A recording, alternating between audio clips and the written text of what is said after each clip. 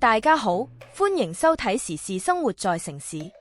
今日帶大家探索粵港澳大灣區的中國廣東歷史建築，重點介紹廣州的四大文化地標：農講所、陳家祠、唐麥古碗街同琶洲塔。全程5分鐘，即刻開始。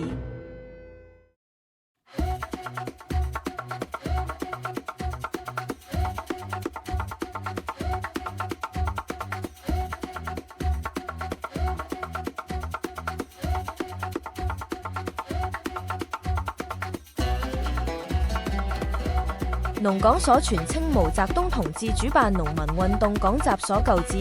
是1920年代培訓農民運動幹部的重要場所。雄長和雅的建築充滿嶺南特色，見證了中國近代革命的歷史。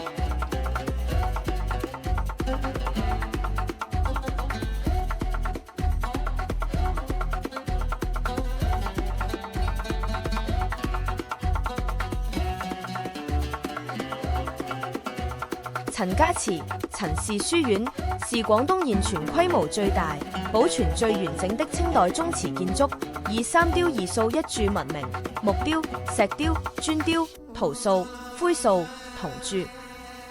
細節精緻，堪稱嶺南建築藝術瑰寶。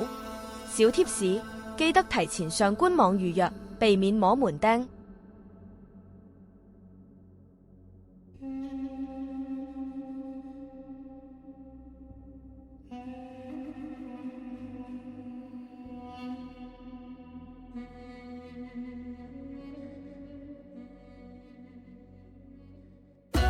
位於荔灣區的唐麥古碗街是廣州古董與文化愛好者的天堂，老式騎樓、懷舊攤檔，充滿市井煙火氣，適合淘寶同感受老廣州風情。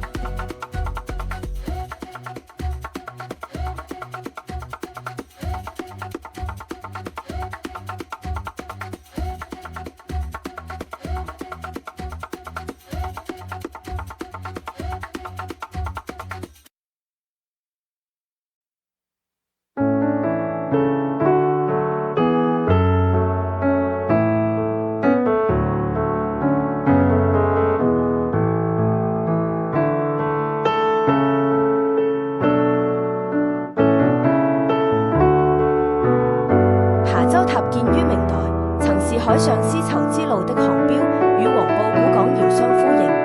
附近的水博園以水文化為主題，現代與傳統交融，適合